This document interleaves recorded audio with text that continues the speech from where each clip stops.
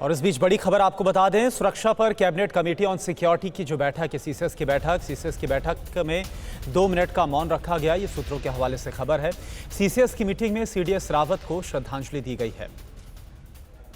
और इस पर ज्यादा जानकारी के लिए हमारे साथ हमारे संवाददाता आमोद राय जुड़े हुए हैं, उनका हम रुख करते हैं। साथ ही आपको बता दें, कुमार कुंदन जो कि सीडीएस जनरल बिपिन रावत के घर के बाहर से मौजूद हैं, उनका भी हम रुख करेंगे।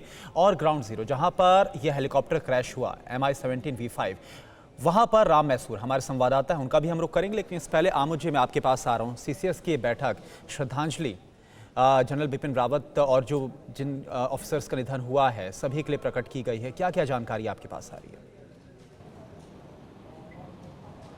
देखिए, तकरीबन 50 मिनट तक ये बैठक चली और बैठक में ये मौन रखा गया और श्रद्धांजलि व्यक्त की गई।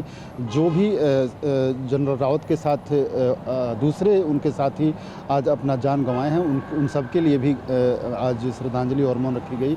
लेकिन उसके अलावा भी बैठक वो तो ख़त्म हो गई है सीसीएस की, लेकिन उसके बाद भी अभी भी प्रधानमंत्री निवास में गृह मंत्री अमित शाह और NSA अजीत डोभाल दोनों बैठे हुए हैं। निश्चित तौर पे जनरल रावत की अंतिम विदाई किस ढंग से हो, इसको लेकर भी चर्चा हुई होगी। और इस पूरे घटनाक्रम में क्या क्या लूफॉल्ट है, कहाँ कहाँ दिक्कतें हैं, इन सब विषयों पर भी जो रिपोर्ट मिली होगी उसको भी सामने रखा गया होगा, उस पर भी चर्चा हुई होगी, ऐसी उम्मीद की जा रही है। लेकिन महत्वपूर्ण बात यहाँ ये है कि जनरल रावत जो आज नहीं रहे हम सबके बीच, उनको श्रद्धांजलि दी गई और उनके साथ जो अन्य सैनिक आज नहीं रहे उनको भी श्रद्धांजलि दी गई।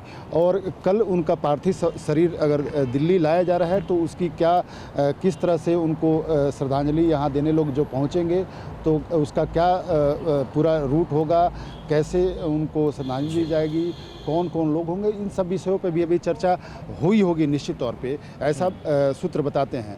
लेकिन महत्वपूर्ण बात यह है कि अब जो है बैठक खत्म हो गई है, लेकिन अब भी गृह मंत्री और NSA दोनों ही प्रधानमंत्री निवास के अंदर मौजूद हैं। ठीक है आमोद, आपके पास मैं आऊँगा। कुमार कुंदन का मैं रुख कर रहा हूँ। कुमार, आप सीडीएस जनरल बिपिन रावत के घर के बाहर मौजूद हैं, लेकिन इस बीच एक बड़ी खबर हम बता दें। कुमार, आपके पास मैं आ रहा हूँ। सीडीएस रावत का पार्थिव शरीर कल दिल्ली लाया जाएगा, ये बड़ी खबर आपको बता रहे हैं। कुन्नूर से दिल्ली लाया जाएगा सीडीएस रावत का पार्थिव शरीर। हेलीकॉप्टर हादसे में सीडीएस बिपिन रावत की पत्नी समेत 13 लोगों का निधन हुआ है और ये देश के लिए एक बड़ा शोक है। कुमार कुंदन हमारे साथ मौजूद हैं। कुमार, क्योंकि जो जनरल बिपिन रावत हैं, उनकी 2 बेटियां और एक साथ माता पिता दोनों को खो दिया इस दुखद हादसे में, और वहाँ पर रक्षा मंत्री से लेकर तमाम जो सैन्य अधिकारी हैं उनका जाना लगा हुआ है। क्या जानकारी आपके पास है?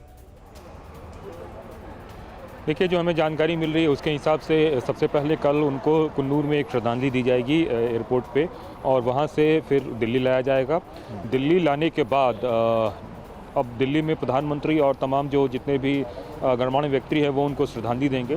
बताया ये जा रहा है कि संभव है, हो सके तो उत्तराखंड में उनका अंतिम संस्कार हो सकता है, क्योंकि वो पौड़ी के रहने वाले थे उत्तराखंड में। लेकिन इस पर अंतिम निर्णय परिवार के सदस्यों से बात करने के बाद ही होगी।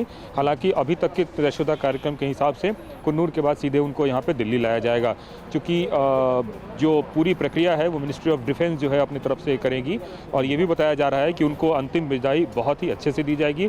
बाकायदा एक ओपन जीप में उनको ओपन ट्रक में जो रखा जाएगा उसको सजाया जाएगा, उस हिसाब से उनको जो है लाया जाएगा।